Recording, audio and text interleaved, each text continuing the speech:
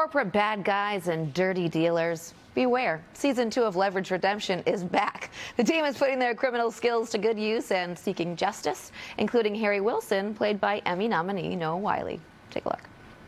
So Luke runs the loading docks and Paige has the office. She makes most of the decisions. Under her, their turnover has gone from best to worst. They're doing this to dozens of people. It's not just Robbie. Okay. So we have a couple of Scrooges who are bleeding their father's legacy for profit. I think I'd like to meet them. Yeah, you and me both. Good steward is hiring seasonal employees. Good. Brianna, you get us in. And Harry... I'm going to dig into these contracts a little bit more, find a loophole, and return the snowboard. And Noah's with us now. Welcome back. Good to see you. Thank you. Great to see you. So listen, this season, you guys are facing some really big enemies to help those in need. Always. You know, it's like you kind of do bad things for good reasons.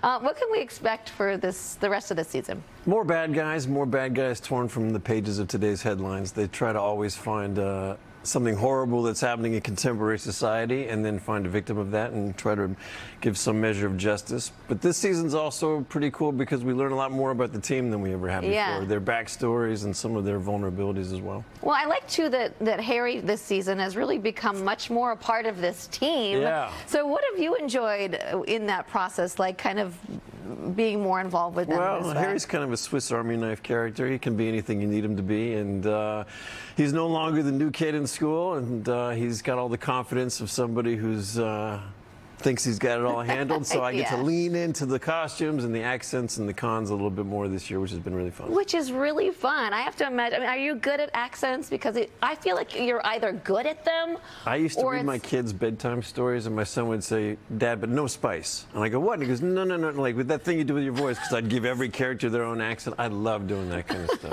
No spice. I love that.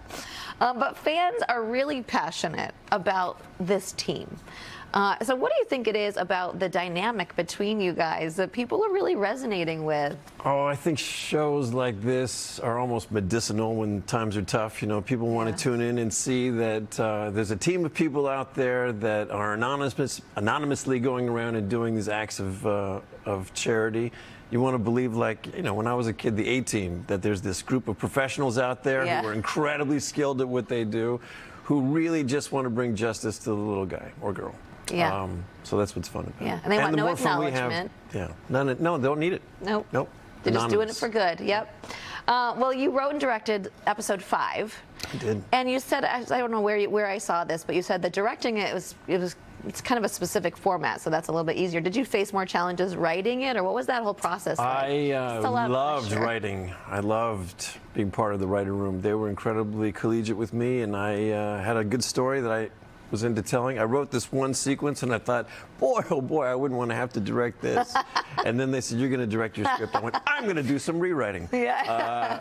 Be careful what you write. Yeah, exactly. But it was all hands on deck. Everybody just, you know, I tried to make everybody feel like that show was their own as well, so that we could all pull it off together, and I thought we did. Yeah, I feel like that's just, you're just asking for, I mean, it's a lot of pressure to do both of those things, and then the whole thing kind of falls on your shoulders. But you know, it's a personality thing. You got to be ready for it, I guess. I think it's called a control freak. Okay, there you go. That's the literal definition. When you want to be in everybody else's job. Yeah. Well, you mentioned the costumes, the disguises that you guys are getting to have some fun with this season.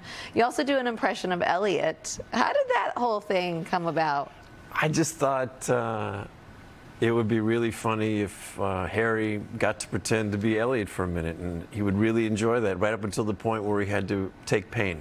And then it would all go out the window. And, you know, this was a bit of a love letter to Christian Kane that I wrote, because I know how talented Christian is, and I wanted to see him be able to do something that balances out his talents as an action actor, and he just delivered, you know, on all levels. And I thought being the butt of the joke this week would be fun for me, and he was great. Yeah. Him saying, "What was that voice you were doing?" is maybe my favorite line. Well, I think that you'll never escape the success of ER, and never, which is a good thing. And George Clooney recently said that you all are still very close. Do you have a group chat?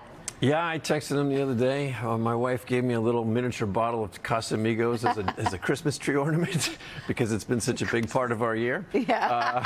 So I hung it on the tree and took a picture of it and sent it to him saying, thanks for the good times, my man. Oh, that's nice. All right, well, you can catch season 2 of Leverage Redemption on Amazon Freevee with new episodes every Wednesday.